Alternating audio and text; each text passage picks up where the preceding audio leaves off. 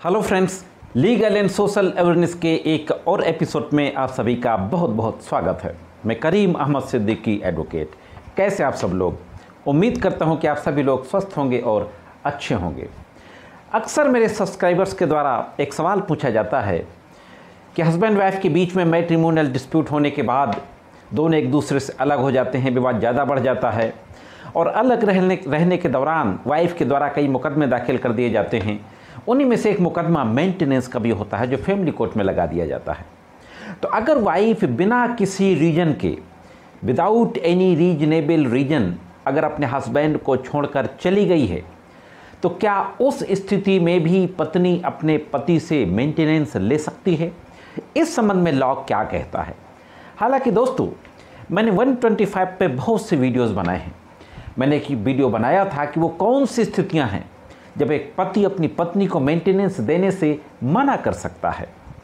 उसमें भी मैंने बताया था कि इस संबंध में कानून क्या कहता है। आज के इस एपिसोड में भी इसी संबंध में बातचीत करने जा रहा हूं और साथ ही साथ एक बहुत ही लेटेस्ट जजमेंट जो Punjab and Haryana high court का है और इसी तरीके की सिचुएशन पर यह जजमेंट दिया गया है, उस पर भी बातचीत करेंगे। तो बहुत महत्वपूर्ण जानकारी है, जुड़े रहे आखिरी तक। देखते हैं कि पूरा मामला क्या था और पंजाब और हरियाणा हाई कोर्ट के द्वारा किस तरीके का जजमेंट दिया गया, क्या महत्वपूर्ण टिप्पणी की गई और फाइनली इस संबंध में लॉ क्या कहता है। साथियों, अक्सर दो सवाल उठते हैं कि अगर वाइफ प्रोफेशनली क्वालिफाइड है या हाईली क्वालिफाइड है, हाईली एजुकेटेड है और घर में बैठी है, कोई काम नहीं करती है, तो इस संबंध में लॉ क्या कहता है।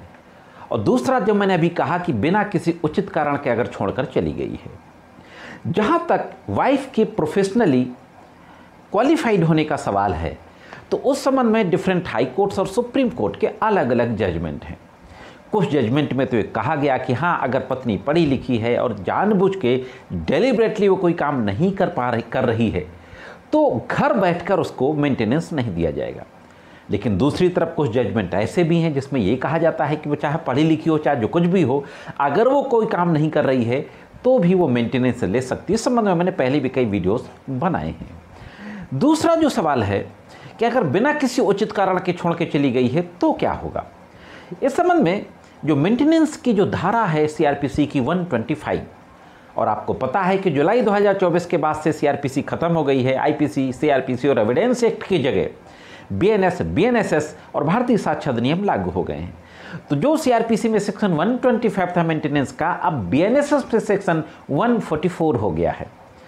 तो ओल्ड सेक्शन 125 का सेक्शन 4 और न्यू सेक्शन 144 का सेक्शन 4, उसमें व्यवस्था दी गई है कि अगर पत्नी विदाउट एनी रीजनेबल रीजन, हालांकि कुछ और भी कंडीशन है कि अगर वो एडल्ट्री वगैरह में रह रही है, उसी के साथ साथ ये भी है कि अगर without any reasonable reason husband को छोड़कर चली गई है तो भी वो मेंटेनेंस की हकदार नहीं है।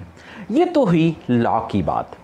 अब हम देखते हैं कि जो Punjab Haryana high court case गया, इसके फैक्ट क्या थे और इसमें हाई कोर्ट के द्वारा क्या कहा गया और फाइनली किस तरीके का जजमेंट पारित किया गया। साथियों, जो मामला था, इस मामले के फैक्ट कुछ इस तरीके के थे कि एक वाइफ के द्वारा जिस तरीके से हस्बैंड वाइफ के बीच में मैट्रिमोनियल डिस्प्यूट के चलते मुकदमेबाजी की शुरुआत हो जाती है, तो इस मामले में भी यही हुआ। डाउरी के केसेस भी दर्ज किए गए, साथ ही साथ मेंटेनेंस का केस भी फाइल किया गया फैमिली कोर्ट में, सेक्शन 125 सीआरपीसी। मेंटेनेंस के केस में फैमिली कोर्ट के द्वारा उसको मेंटेनेंस देने से मना कर दिया जाता है और 125 का केस खारिज कर दिया जाता है। यह कहते हुए खारिज कर दिया जाता है कि पत्नी 6-7 हज़ार रुपया महीना कमा रही है और प्लस बिना किसी उचित कारण के अपने पति को छोड़ के चली आई और उसके 2 बच्चे भी थे, लेकिन दोनों बच्चों की जिम्मेदारी हस्बैंड पे थी। हस्बैंड के पास ही दोनों बच्चे रह रहे थे। पत्नी ने दोनों बच्चों को कस्टडी में लेने के लिए कोई मुकदमा भी नहीं डाला। अब फैमिली कोर्ट के इस जजमेंट के खिलाफ पंजाब हरियाणा हाई कोर्ट में एक रिवीजन दाखिल किया जाता है। रिवीजन का नंबर आपकी स्क्रीन पर है। पार्टी नेम जजमेंट में क्योंकि छिपाया गया है, इसलिए पार्टी नेम नहीं बताया जा सकता। रिवीजन दाखिल होने के बाद पंजाब हरियाणा हाई कोर्ट के समक्ष जब ये मामला पहुंचता है तो पंजाब हरियाणा हाई कोर्ट के द्वारा बहुत ही महत्वपूर्ण टिप्पणियां की जाती हैं। तो देखते हैं दोस्तों कि पंजाब हरियाणा हाई कोर्ट के द्वारा क्या कहा जाता है। साथियों, Punjab and Haryana high court के द्वारा सबसे पहले जो प्रोविजन है मेंटेनेंस का सेक्शन 125 सीआरपीसी, अब 144 बीएनएसएस, उसके उद्देश्य पे प्रकाश डाला जाता है। और यह कहा जाता है कि 125 सीआरपीसी का उद्देश्य परित्यक्त पत्नियों को दर बदर होने और अभाव से बचाना है जो खुद का भरण पोषण करने में असमर्थ हैं। यानी ऐसी पत्नियां जिनको उनके पति ने परित्याग कर दिया है, तो वो दर बदर ना भटकें, अभाव की जिंदगी ना जिएं और वो अपना भरण पोषण करने में असमर्थ होना चाहिए। सबसे पहली शर्त एक्ट में भी यही लिखा है कि अनेबल टू मेंटेन इटसेल्फ, कि अपना भरण पोषण करने में असमर्थ हैं, पति के द्वारा घर से निकाल दी गई हैं, त्याग कर दिया गया है, तो वो दर बदर ना भटकें, अभाव की जिंदगी ना जिएं।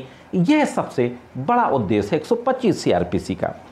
साथ ही साथ ये भी कहा गया कि उक्त प्रावधान का दुरुपयोग सक्षम पत्नियों को घर पर बेकार बैठने की अनुमति देने के लिए नहीं किया जा सकता। हाँ दोस्तों, बड़ी बात कही गई कि सक्षम पत्नियों को, जो पत्नियां अपना भरण पोषण करने में सक्षम हैं, उनको घर में बेकार बैठने की अनुमति देने के लिए यह प्रावधान नहीं है।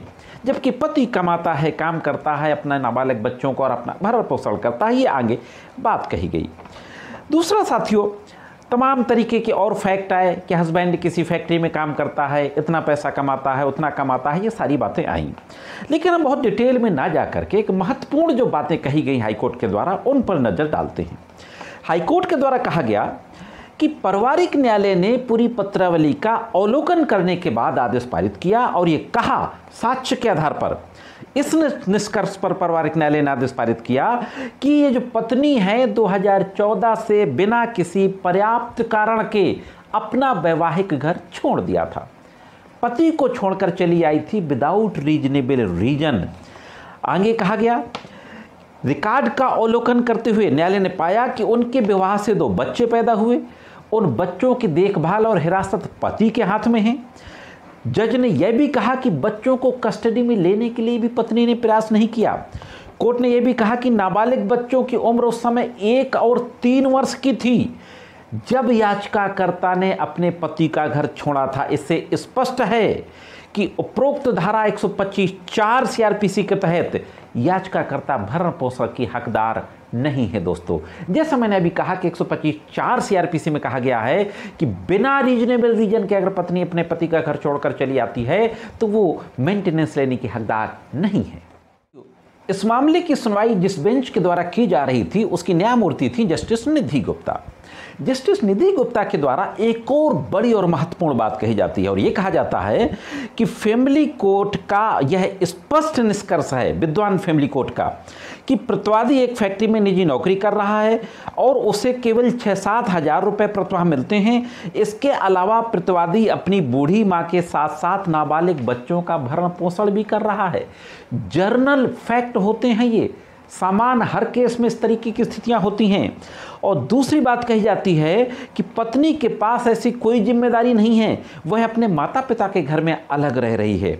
आगे कहा जाता है कि याचिकाकर्ता यानी पत्नी का सबसे पहला और सबसे महत्वपूर्ण कर्तव्य है कि वह अपना भरण पोषण करे, खास तौर पर इस तथ्य को ध्यान में रखते हुए कि वह अपना भरण पोषण करने में सक्षम हैं।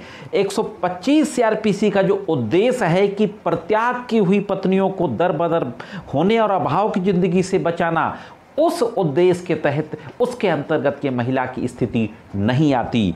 और यह कहते हुए फैमिली कोर्ट ने जो महिला का 125 का मुकदमा खारिज किया था उसमें किसी प्रकार की त्रुटि नहीं पाई जाती और फैमिली कोर्ट के 125 के मुकदमे के डिसमिसल ऑर्डर को कंफर्म कर दिया जाता है। दोस्तों, तो साथियों, इस मामले में पत्नी को हाई कोर्ट से भी कोई राहत नहीं मिलती है।